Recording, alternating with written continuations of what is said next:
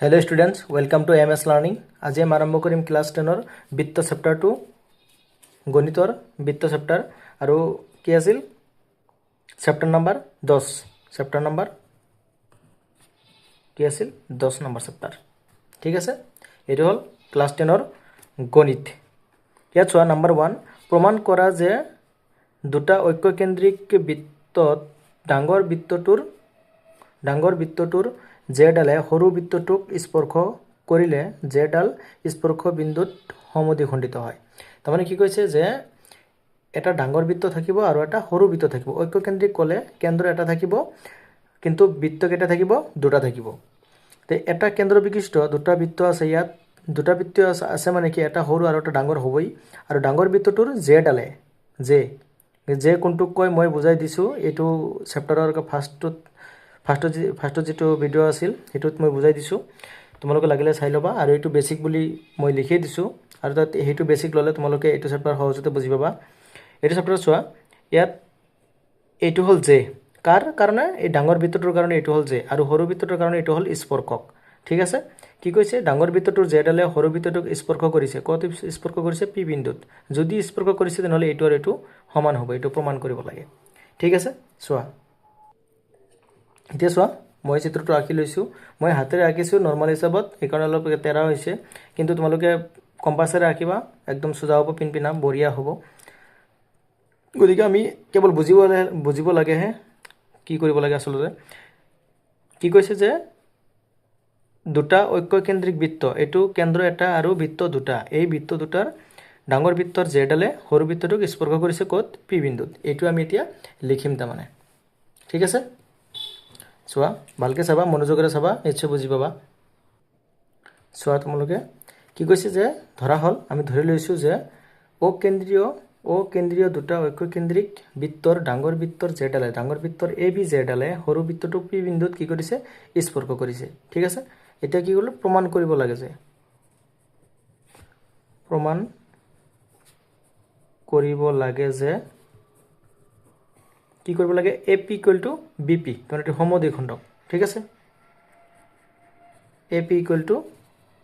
BP এটা আহিব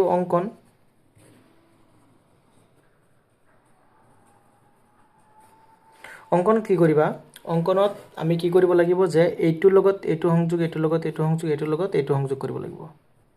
এইটোৰ লগত এইটো সংযোগ হোৱা মানে কি এইটো কিমান ডিগ্ৰী 90 ডিগ্ৰী এইটো সংযোগ কৰিছো চোৱা আৰু এইটো সংযোগ কৰিছো সো এতিয়া ত্ৰিভুজ আছে দুটা এই ত্ৰিভুজ দুটা সৰ্বসম কৰিলে আমি এইটোৰ এইটো সমান দেখাব পাৰিম এইটো আমাৰ মেইন টাৰ্গেট গতিকে সৰ্বসম কৰি দিম এতিয়া অঙ্কনটো কি লিখিম আমি এতিয়া আমি কি কৰিম অঙ্কন কৰিম OP OB OA সংযোগ কৰিম OA OP আৰু OB কি কৰা হল সংযোগ কৰা হল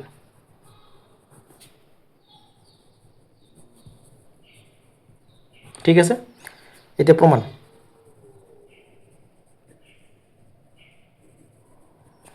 এই দুটা ত্ৰিভুজ কি কৰিম সৰ্বসম কৰি দিম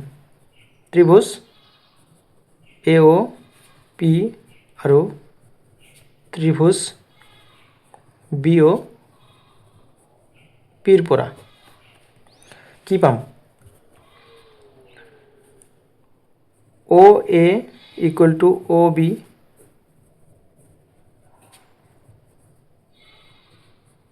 একে বৃত্তৰ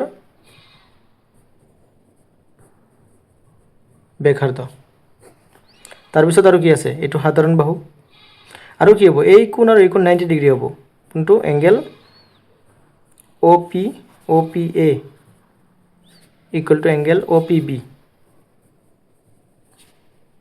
কিমান হ'ব 90 ডিগ্ৰী এটো কি আছিল যেহেতু স্পৰ্শকডাল স্পৰ্শ বিন্দুৰ মাজেৰে যোৱা ব্যাসাৰ্ধৰ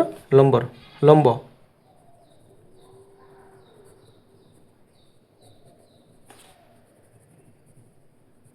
স্পৰ্শ বিন্দুৰ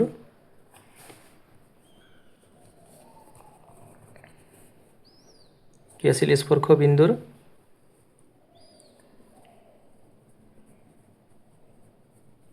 মাজেৰে যোৱা ব্যাসাৰ্ধৰ লম্ব ঠিক আছে চোৱা একদম ইজি তাৰপিছত আৰু এটা আহিব কি OP ইকুৱেল টু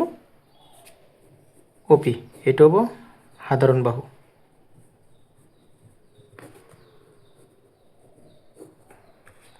তাৰপিছত চোৱা সাধাৰণ বাহু হোৱাৰ লগে লগে তিনিটা চৰ্ত হৈ গ'ল আমাৰ হোৱাৰ পিছত ত্ৰিভুজটা কি হ'ল সৰ্বসম হৈ গ'ল এতেকে ত্ৰিভুজ AOP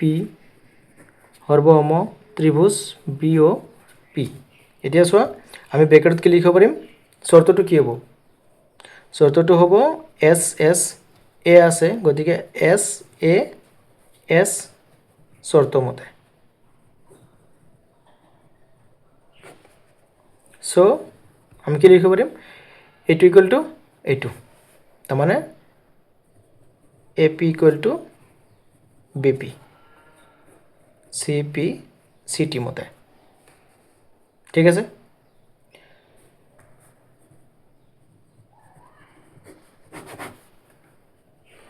একদম ইজি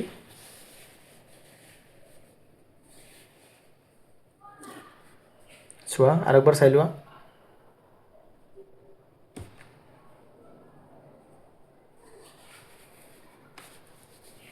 ঠিক আছে থ্যাংক ইউ আজিলৈকে এইখিনি